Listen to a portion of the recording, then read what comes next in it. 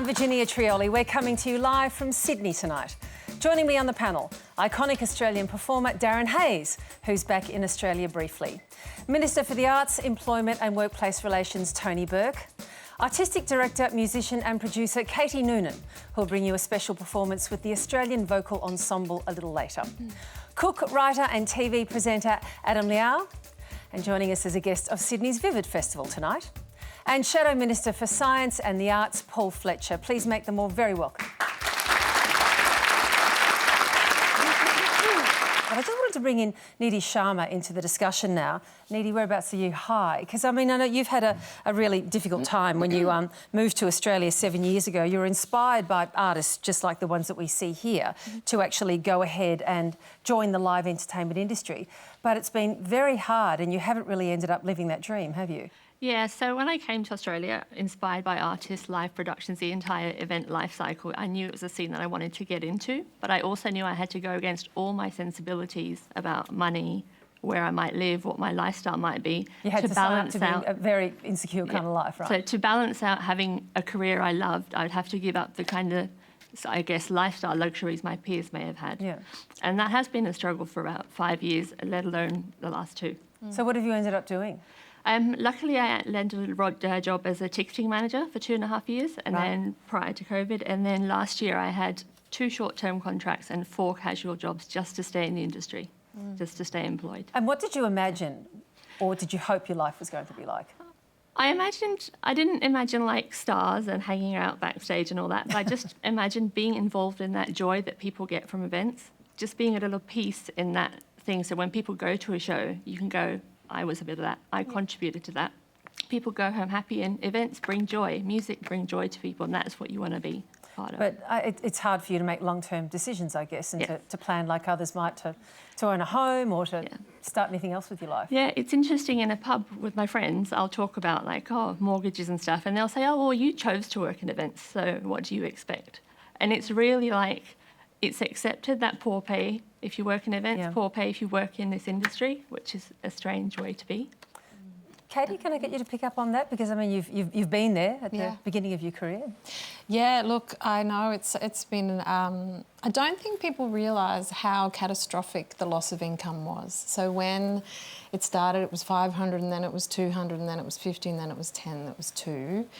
Like yourself, I was working in the industry and I got, I think, date 3 into a 25-date tour, and I'm the sole financial provider for my family, and there was nothing for me to fall back on. Let me just frame that for a second, because you're a household name, right? People are just going to assume that, you know, they hear your music, they buy your records, they see you performing. You must be rolling in it, Katie. No, it's a gig-to-gig economy, and we really, you know, most of us are just going from gig to gig, and we try to save some, and I'm very lucky. I've been a full-time artist my whole life, which is a very rare privilege. Yeah. A very rare privilege. But I must say, the night when this fella passed the motion for artists to get JobKeeper and JobSeeker, and the Arts Minister voted against it, I was unbelievably depressed at the thought that the person that should have been fighting for my rights voted against it. And that was, you know, it was thanks to people like Tony that we were then able to get on JobKeeper, which saved my life. Like all other small businesses, well, I couldn't have survived without it. And I'm not afraid to say that. You know, I lost all my... It just went from 100 to nothing within... And the inequity between... And as much as I adore classical musicians, but the inequity between classical musicians and non-classical musicians has been pretty profound to observe. And it's a big discussion, you know, but it's been a very... Yeah, it's been a very challenging time. Looking back on that, Paul Fletcher, was that a mistake? Well, around 90% of people in the cultural and creative sector were eligible for JobKeeper. As you know, there was an economy-wide set of arrangements. So JobKeeper was about keeping people in touch with their employment, and then for those who weren't able to be supported by that, there was JobSeeker. So our focus was to get those economy-wide support arrangements in place. I made an estimate at the time that Tony was very critical of, that we believed that between $4 and $10 billion would go to people in the culture and creative sector. In fact, we had the Bureau of Communications and Arts Research check that number out, and that is how much. In fact, it was about $11 billion. So there's very, very significant support provided across the economy, but certainly within the culture and creative sector. Except, of course, for all those who couldn't get JobKeeper, and that's where you go to JobSeeker. But these were people who were working. Point. The analysis from the Bureau of Communications and Arts Research found that 90% of people working in the culture and creative sector were eligible for JobKeeper, and for those who were not, there was the availability of JobSeeker, and that was true of other sectors. I'll get the Minister to jump in here. Yeah, there's a bit of wordplay here. The term cultural and creative sector includes people who work in clothing retail. So when we're talking about cultural and creative sector, that ABS section includes everybody who's working in checkouts at Best and Less, as though we're now talking about artists. It includes people who work at the zoo.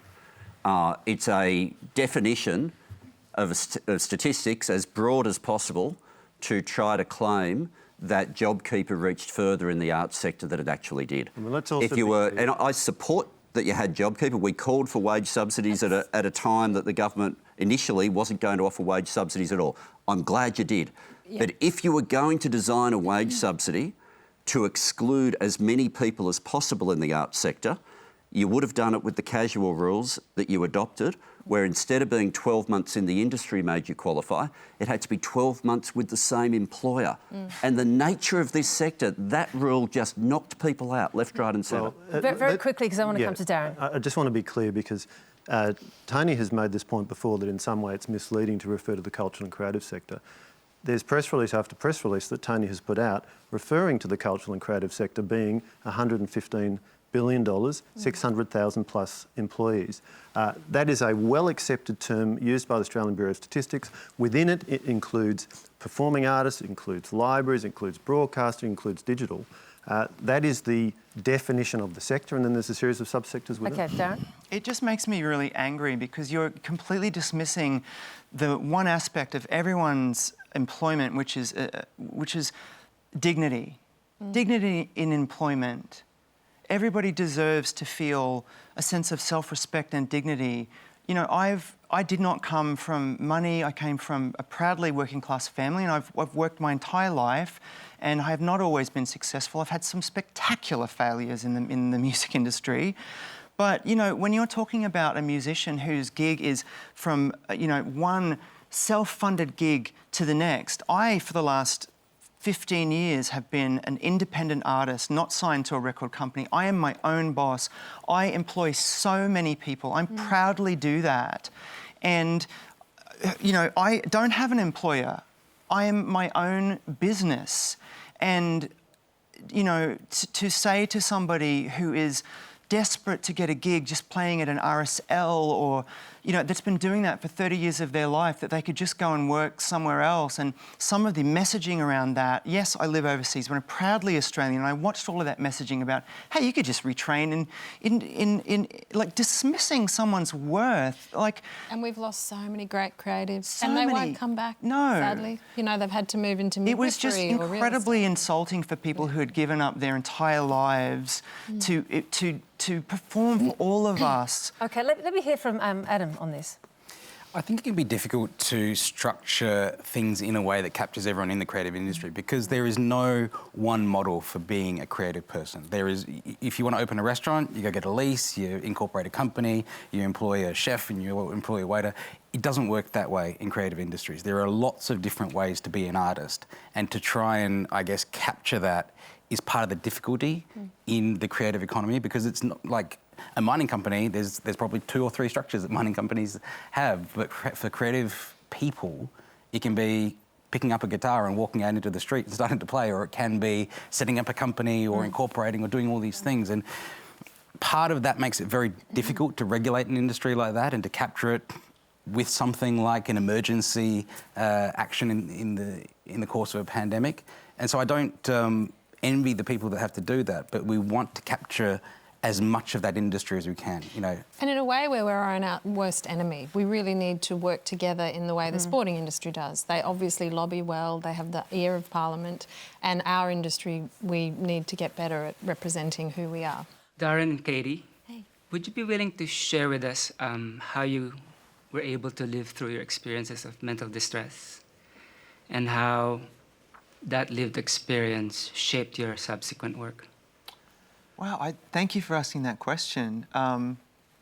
Would you like to go first? Or? Up to you. I'm happy to chat, yep. Well, I'm very open about the fact that I live with major depressive disorder and post-traumatic stress disorder, so for a couple of reasons. I'll try to keep it brief. I grew up in a family with a violent alcoholic father, so he was physically abusive to my mother and to us as children. So I'm 50 now and I still go to therapy every week because of the results of that. I also inherited and proudly live with, but a depressive disorder that comes mostly from my mother's side of the family, and 2 people in my immediate family have committed suicide. So I am very lucky that I was born in a country with an amazing healthcare system. I unfortunately live in a country at the moment with an atrocious healthcare system. And I am just always advocating about this country and how incredibly lucky we are to have access to this. But I really survive and am here today because of access to therapy and medication. I describe my mental health condition as kind of like a superpower. It allows me to see a spectrum of colours that I don't think everyone gets to see. I think that sometimes the emotions that I feel allow me to soar to great heights and dive to great depths that help me in my artistry. And the question also mentioned how it affects your work. Your current single is called Poison Blood. Poison Blood, yeah. And it's about exactly that. It's about what runs through the blood. Yeah. Yes, and I say in that song, I say it's a blessing, a gift and a curse, but every day is a decision to stay with my poison blood. Yeah. And I know that was something that concerned you deeply during the pandemic for you, but also for friends of yours who are really struggling during that time. Yeah, honestly, look, when the pandemic started, I was just waiting for the suicides to begin. Why? Because we just went to nothing, and our entire, well, economically, of course, but also just.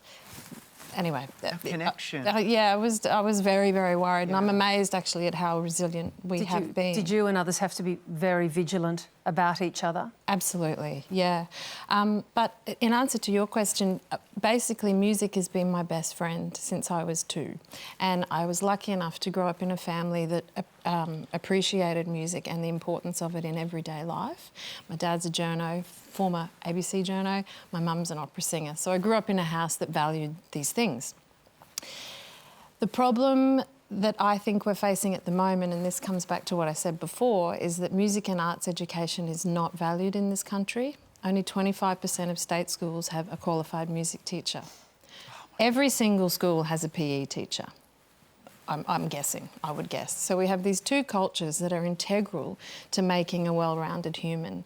And there is a plethora of research that says that music education and arts education increases numeracy, literacy, all of the things. So we know all this, but we've just never had the policy to implement it in Australia.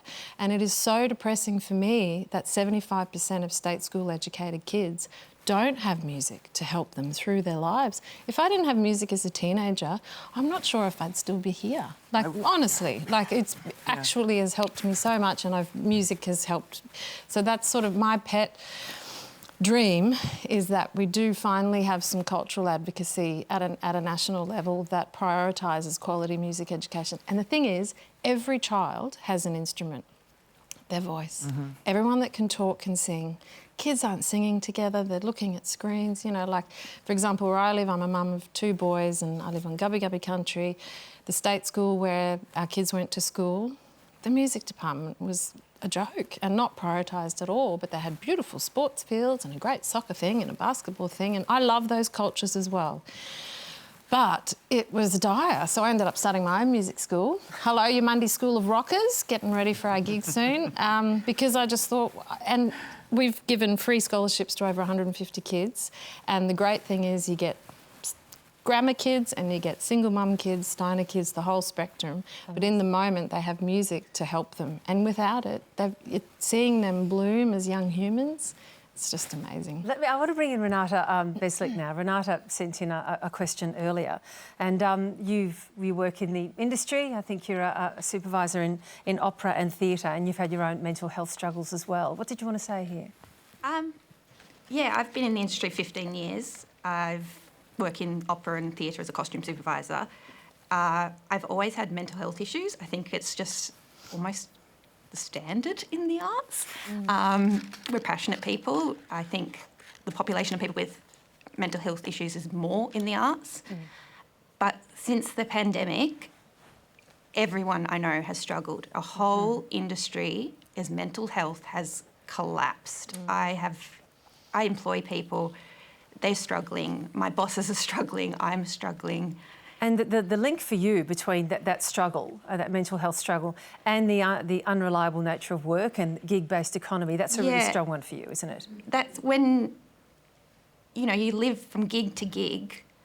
Financially, you're stressing about that. You're worrying about your value. You're worried it's competitive. You're hoping you could do a good job. You're not sure. I work behind the scenes. We often don't get reviews. We hope we're doing well. And finding, suddenly all your work gone during the pandemic was unbelievably hard. And never mind from a financial perspective. Like, I came into the industry because it's collaborative and social, and to suddenly have that gone was just so isolating. And, not knowing when your next gig is going to be, when you're going to get a paycheck again. And it's standard all the time, but then the pandemic just made it so much worse, and it's still bad. It's still really hard. Renata, thank you. That's painting a really pointed picture there that everyone here has experienced, but people at home might not know, so thank you for that. What arises from that, of course, is the issue that we need to acknowledge, don't we, that cultural workers are legitimate workers, like others. They're not hobbyists. No. And that perhaps some of the industry settings and even the payments have reflected that isn't as serious as, say, a mine worker losing their job. So if the focus is going to be on how you build an arts economy that's as integral to society as manufacturing or as agriculture, and that's sustainable and part of any future economy, how do you do that?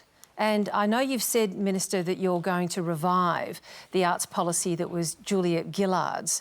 I'm just wondering if that is the right way to start, given that's a long time ago, that's pre-pandemic, the world has changed since then. So how do you do that? Yeah, we're not photocopying it and just reintroducing it. But that's going to be your entry point. That's right, yes. That's right. And it's because it started with the right 5 principles. It started with First Nations, the diversity of Australia, the centrality of the artist, having strong institutions and reaching your audience. In terms of those 5 principles, you start with that, you've got the right foundation. Maybe a 6th needs to be added, which is insecurity, recognising fundamental job and wage insecurity. That was the 3rd one, the centrality of the artist. That's not just the artist as creator, it's the artist as worker. And that goes to 2 things that I think have been underdone, which have both been exposed really badly over the last 3 years in particular. One, and it's because of the pandemic, that's not a government hit, or previous government hit, it's me now. But I knew someone was going to make that mistake tonight. I thought it would be me. But it's because, one, the insecurity issues were just up in lights because of the pandemic. But secondly, the safe workplace issues, because of Me Too, have mean that what we have to look at now won't and can't simply be a photocopy of what we had before. So will we be able to fix every problem? No. Should we be able to build a stronger foundation? I believe we can. All right, let's move on to our next question. But if this discussion has raised any issues for you, remember the numbers for Lifeline and Beyond Blue are there on your screen. We're always happy to speak openly about mental health challenges, but that, of course, can raise issues, so please take advantage of those services. Hi. Hi. Earlier this year, the former government ignored recommendations for streaming companies to spend 20% of their Australian revenue on local content, announcing a 5% target instead. Tony Burke, will you be recommending that 20% of the streaming services' Australian revenue be invested in new Australian content? And if so, would you support 20% of that sum going to children's TV? To me? Yep. Yeah. We haven't made a decision on the number. It's going to be part of the cultural policy review, which is this year. Like, it's not putting it off into the never, never. I do believe 5% was too low. And I do have a really strong view that the reason we have quotas is because whether it's on radio or on TV, it's because of the relationship between what's coming from the screen or the speaker and the person listening. It's not because whether it's coming through bandwidth versus the internet. And at the moment, we've allowed this complete shift to happen as to how people receive their content. And it's happening in a world where you don't have the minimum standards that you would have if they were receiving it anywhere else. That needs to be fixed. The longer we leave it, and we've now had nearly a decade where it was left, the longer we leave it, the harder it is to do. Yeah. Adam, can I get your view on that as a content maker? Do you have a view on this? I think we need pride in Australian-made content. You know, like I said, we are now in Australian-made. We look at manufacturing industries and we go, yes, I'm going to buy, you know, an Australian frying pan, or I'm going to buy an Australian-made chopping board. And that is a fabulous thing. That we, you know, there is so much money that we put back into our economy by doing that. And from a consumer level, I think we need to have that pride in Australian content too. I love watching Australian television. I love watching Australian movies. I love listening to Australian music. What the number is, what the politicians decide the number is for the streaming services, that's up to them. You know, I don't know whether 10% or 15% or 20% is going to make the biggest difference. But is the number enough? I mean, because don't you need some sort of requirement about what it is actually that you might make? You know, because some content quotas are reached here in Australia by, you know, content that not everyone regards as necessarily, you know, the new Game of Thrones or some brilliant new drama. You can't be judgmental about somebody's content. You know, there's an audience for it, and somebody's going to watch it. I don't mind if it's, you know, if we're not investing in the next Bluey, we'll be investing in the next Mad Max. You know, like it's all valuable art. Everybody's art is valuable in that respect. Well, let me come to the previous minister. The French government's just finalised a new framework that means that global video streaming on demand platforms are going to have to invest 20% of their French revenues into local production, and that's split 80-20 between TV and theatrical films. That means that Netflix alone is going to invest 200 million euros this year and 40 million to theatrical feature films. Was it a mistake not to get on board and to put in place a similar regulatory framework here? Well, far from not getting on board, what we did in government was went through a process to look carefully at this issue, hear the views of all the stakeholders, and we arrived at a model where we said that there would be a formal reporting requirement on the percentage of the Australian revenue that was being spent on Australian content. So the first thing you need to do is put that reporting requirement in place, and then the mechanism we proposed was that... You don't have to go through that. You can actually just go straight to a quota requirement. Well, you do have to, because you have to know how much they're actually spending in Australia. They won't tell you unless you formally ask them. So yes, you do have to do it. And so that's... We have worked through this process. It's uncontentious that there needs to be Australian content on streaming services. Yes, just as there's Australian content on free-to-air television. So we've gone through a process. We had a set of recommendations ready to go. That'll now be a matter for the new government, and they'll need to work through those issues. There's some significant technical issues, what constitutes Australian content, but the basic principle, if the streaming services are making good money in Australia, now over 70% of Australian households now have a streaming service, then yes, the streaming services should be contributing towards Australian content. I know you're dying to get in here. Just very, very briefly, though, what's been left for you? Is it any good? Well, I just need to take just quickly, Tony Burke, if I can. Yeah. But you tried to cut the Foxtel Australian content in half. You abolished the requirement on free-to-air for children's content. And a decade on, you said, oh, maybe we're about to do something on streaming. In terms of Australian content, this is not a proud record. Can I just say it's so depressing that we're talking about 5%? As a musician, if you go to Canada, Canadian radio sounds Canadian. Yeah. You listen to the radio in Australia, it doesn't sound Australian. What's the requirement in Canada? Is there a formal... 25%. Right. Here, on radio? 6.25. I thought it was like 40%. Well, last I heard it was 25. Maybe it's 40%. Better. But here, APRA had to fight tooth and nail to get it to 6.25%. When we're talking about dignity as an artist, how depressing is it that we're fighting and you're talking about 5%? I mean, come on, it has to be 25%. Well, I know Tina Arena has always said that, you know, in order to meet the quota, they play her songs, but they play them at 2 in the morning. Evening. But that's the thing. 2 in the morning. So, and they they're played. And they play it between 12... midnight and 5 a.m. And, you know, it's so depressing that our art is so undervalued that we're talking about 5%. We're not talking about 50%, but at least 25, I think, is a real... So the streaming services can expect there will be some requirement from them? Radio, oh, yes. Yeah. Yes, absolutely. You're prepared to talk percentages tonight if it's not going to be 5? No, because decision's not made, so I'm not going... But in terms of... upward of 5? And I've met with them before the election and I said, if we win, this is what we will do. And you can expect... Were they happy to hear that? They weren't in love with it. They weren't in love with it. But I was saying if we win, we'll be the government of Australia. And if we're the government of Australia, we're going to back Australian content. And it's been so long since we've had a federal voice actually advocating for our arts. I mean, Keating was the last one, and that's a long time between drinks. Oh dear, you have to turn out to be a new Paul Keating. Can you do that? No one. No one ever can. No one ever should try. I'm sure Paul Fletcher's probably quite happy about that, Paul. Let's go to our next question. It comes I'll take from... that as a rhetorical question. You can probably take it as a comment. That's all we have time for tonight. Please thank our panel. Darren Hayes, Tony Burke, Katie Noonan, Adam Liaw and Paul Fletcher.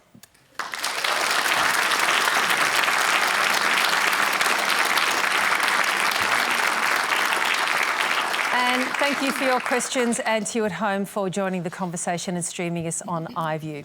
Next week, I'll be live from Melbourne, taking a close look at Australia's energy crisis. And we'll put your questions to a panel of politicians, industry leaders and big thinkers. So, what better way to close the show than live music from Katie Noonan and the Australian Vocal Ensemble. So here they are performing a piece by Burke, sung in German and Indigenous languages ahead of their Sydney show in August. Good night.